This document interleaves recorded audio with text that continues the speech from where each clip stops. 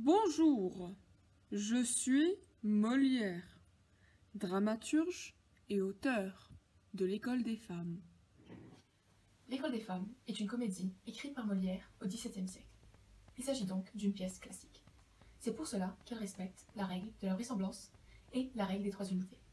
C'est-à-dire qu'il n'y a qu'une seule intrigue principale, que l'action se déroule toujours au même endroit et que celle-ci se tient dans un cadre d'une journée, soit 24 heures.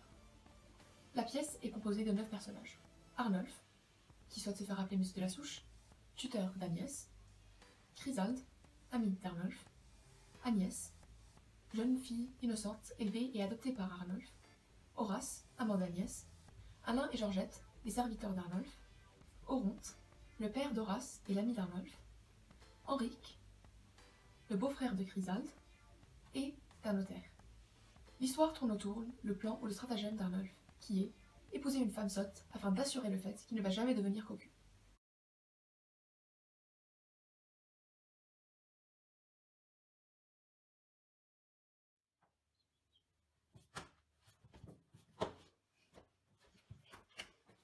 Moi, Arnulf, soit Monsieur de la Souche, vous expliquera comment ne jamais être cocu.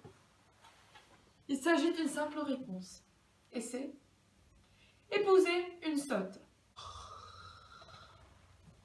Les femmes sottes ne font rien. Elles sont beaucoup trop bêtes pour faire qui que ce soit. Elles peuvent jamais vous tromper, parce qu'elles n'y penseraient jamais à le faire. Mais c'est pas comme ça que ça fonctionne dans la vraie vie.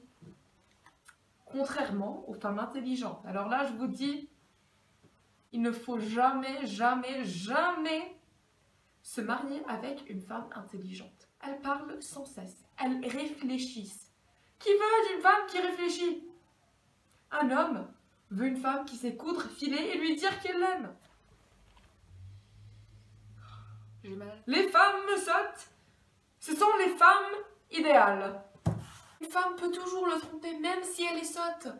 Le pire, c'est que quand elle est une imbécile, elle comprend même pas ce qu'elle fait. Et elle le fait quand même. Et c'est exactement ce que je vais faire.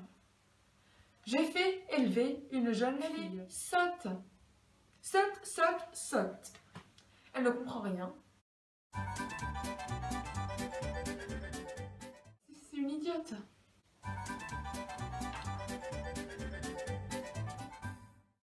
L'autre jour, elle m'a demandé si on faisait des bébés par Noël.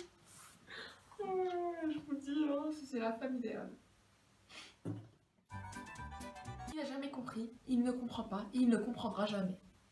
C'est lui le sot. Oh, Agnès, une jeune femme si habile, belle et intelligente. Malheureusement, elle est cachée du commerce du monde par un vieux barbon. Monsieur de la Zousse, de la Crouche, de la Rouche, j'ai oublié son nom. Peu importe. Il y a plusieurs passages qui me plaisent dans la pièce, surtout dans l'acte 2, scène 5. Mais il y a deux vers que prononce Agnès vers la fin de la pièce, qui à mon avis résument de grandes parties de la pièce. Et ce sont: tenez, tous vos discours ne me touchent point l'âme. Horace, avec 2 mots, en ferait plus que vous. Je pense que ce passage vraiment met en évidence l'évolution que subit Agnès tout au long de la pièce. Et faut lire la pièce pour mieux comprendre, mon coco. L'École des femmes est une comédie qu'il faut lire 2 fois. Lire, regardez, c'est vraiment qu'on va la lire. Parce qu'à la deuxième lecture, on regarde certaines choses d'un autre point de vue et on commence à se poser beaucoup de questions, surtout sur les personnages, notamment celui d'Agnès. J'ai véritablement apprécié l'École des femmes. Molière dénonce les visions misogynes du XVIIe siècle, qui sont toujours d'actualité au XXIe. Ce que j'ai trouvé réellement intéressant, c'est le fait que certaines choses qui étaient valables au XVIIe siècle le sont toujours aujourd'hui. Je pense que c'est ce qui fait de cette pièce, ce qui rend cette pièce intemporelle. Molière critique ces visions à travers le comique de caractère. Un comique de caractère met en évidence les traits de caractère des personnages, plus souvent les vices et les défauts, comme par exemple l'égocentrisme et le narcissisme d'Arnulf. Le comique de situation, pour le comique de situation, c'est une mise en situation des faits qui vont nous faire rire. Et le comique des mœurs. Et finalement, un comique des mœurs, c'est un miroir grossissant de tous nos défauts. Et on sait tous que c'était le job de Molière de nous faire rire pour corriger nos mœurs.